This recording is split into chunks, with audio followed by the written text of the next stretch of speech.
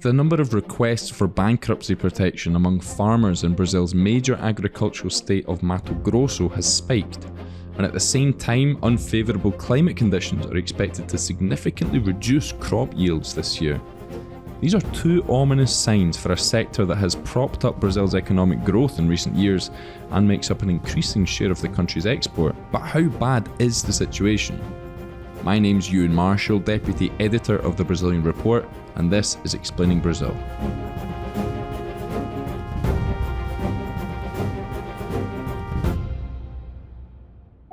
If you like Explaining Brazil, you should subscribe to the Brazilian Report, the journalistic engine behind this podcast.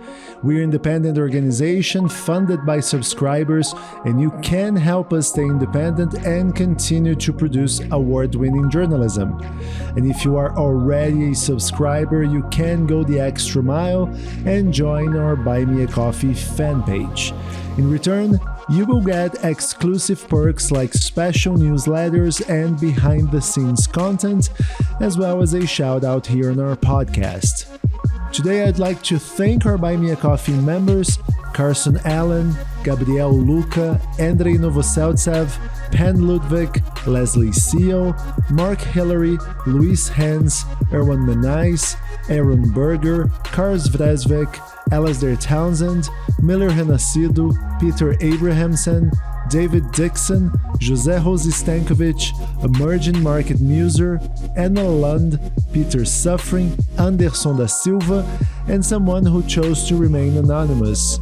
And our Buy Me a Coffee members come from all over the world, so please, if we're butchering the pronunciation of your name, do send us an email. And if you too believe in the importance of independent journalism and want to hear your name on our podcast, go to buymeacoffee.com/Brazilian Report and subscribe to one of the membership tiers. Click on buymeacoffee.com/Brazilian Report to find out more.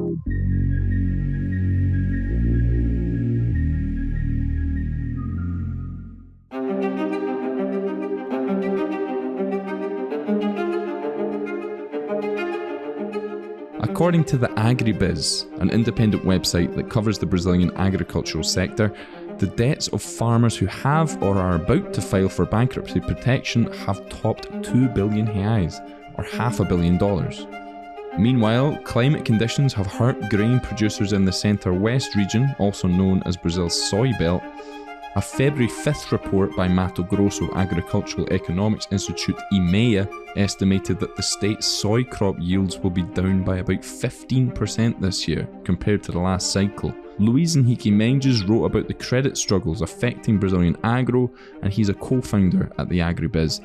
And he's also our guest on the podcast this week. Luiz, thanks for joining us. Thanks, Ewan. It's a pleasure to be here with you today. And Luiz, before we delve into the specific subject of today's episode, can we just take a step backward and maybe try and contextualize the significance of Brazil's agribusiness for the country's economy as a whole? Agribusiness accounts by almost a third of Brazil's GDP, considering all the supply chain, and it's responsible for the national trade surplus.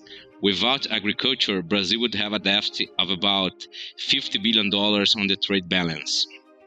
So it's very important to Brazil. Yeah, and in the first quarter of 2023, agribusiness made headlines by, posting huge growth of 21.6%, and that actually was able to push overall Brazilian GDP growth in the first quarter up to 1.9%. But how has it fared in the quarters since then? Since then, we've done well. The latest data available shows agriculture growing almost 9% in the third quarter of last year due to a record corn and sugarcane harvest. By the way, last year Brazil surpassed the US for the first time ever as the world's largest corn exporter. We are already the biggest exporter of soybeans, coffee, sugar, beef and chicken. So Brazil is definitively a food powerhouse. And what's the outlook looking like for this year? The outlook for this year is not so promising as it was in last year because a severe drought has affected the most important producing regions, including Mato Grosso, the biggest one.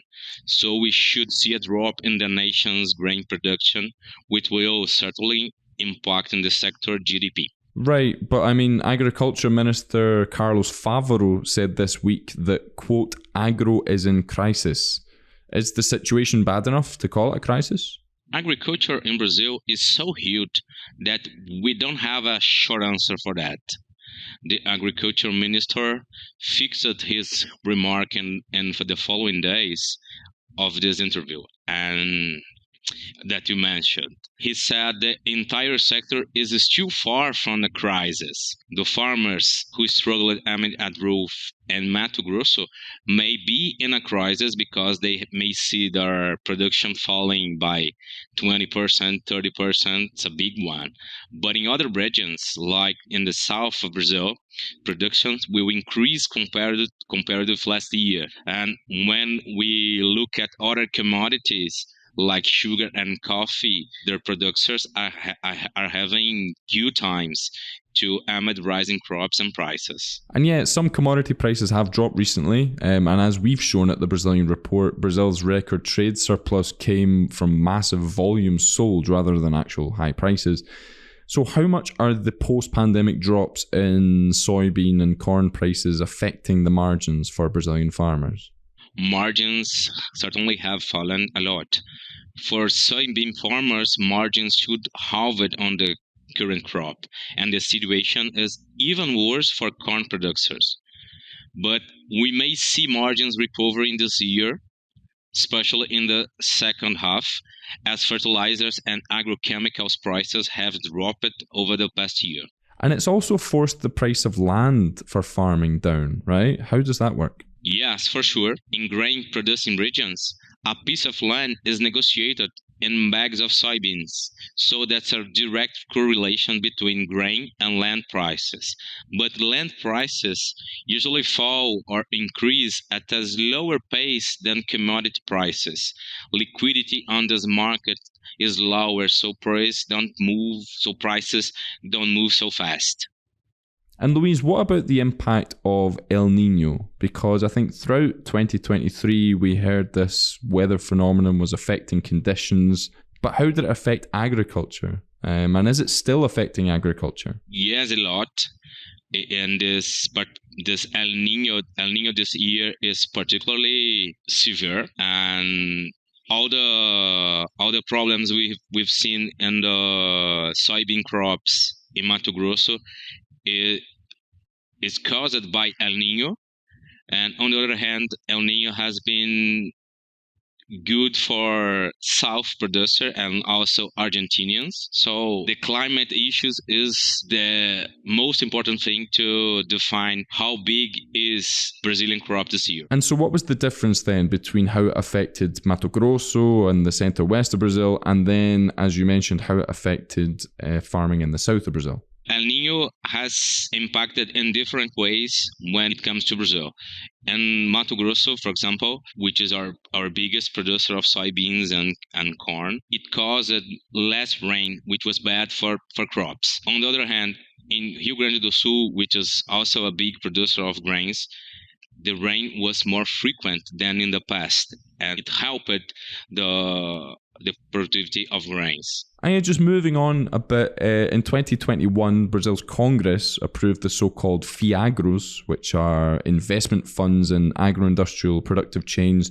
It's like an investment vehicle that works like real estate investment funds, and it's quickly become a kind of important instrument for raising capital. I mean, how are investors reacting to these issues that are facing farmers? They are very worried. We can see these concerns looking at those food prices as they are listed in the Brazilian stock exchange. There's a relevant portion of investors that are leaving these funds. At some point, it's natural because it's the first big production drop in the Fiagro era. And Louise, you wrote an article about this spike in farmers requesting bankruptcy protection. Can you just explain what's going on there? What's the situation? Oh, some farmers, especially in Mato Grosso, have filing for bankruptcy. It's not a common thing, but it has increased last year. When it comes to bankruptcy on the farmer field, it's not a big issue. Of course, we've seen last year more and more, especially in Mato Grosso, filing for bankruptcy. Why they are doing that? Because these farmers have more debt. And when prices dropped last year, they have a struggling with how to pay this debt. But it's a problem affecting some agricultures, not all of them. We've seen an increase. The last data shows 80 agricultural farmers filing for bankruptcy. It's very big, but it's not very big when we compare it with the Brazilian agriculture. We have at least 400,000 farmers in the competitive agriculture in Brazil. So 80 is not so big. And so how bad are the solvency and liquidity risks at the moment in Brazil? I mean, is there a systemic problem in Brazilian agribusiness, or, I mean, maybe is this something like a drop in the ocean, as you're saying? Oh, yeah. It's not a systemic problem, it's important to say. People are worried, which is natural, but it's not a massive problem. Brazilian ministry and central bank have been chasing the situation closely. As far as we can see, it's not a big issue, but unfortunately, we may see some farmers leaving the activity, not all of them, and Brazilian agribusiness is healthy to deal with this crisis. Luis Henrique Mendes is the co-founder of The AgriBiz, an independent website that covers the Brazilian agricultural sector. If you like Explaining Brazil, please give us a 5-star rating wherever you get your podcasts. And if you're listening on YouTube, don't forget to like the video and subscribe to our channel. Or better yet, subscribe to the Brazilian Report, the journalistic engine behind this podcast. We have a subscription-based business model, and your memberships fuel our journalism and keep us going and growing. And thanks to our subscribers, we've been able to cover Brazil and Latin America extensively. And our work has won and been shortlisted for several international journalism awards. More recently, our newsletters won the Best Newsletter Prize in the Americas from the World Association of Newspapers and News Publishers for a small or local newsroom. And in order to keep doing this work, we need your support. So go to Brazilian.report/subscribe. I'm Ewan Marshall, thanks for listening, and Explaining Brazil will be back next week.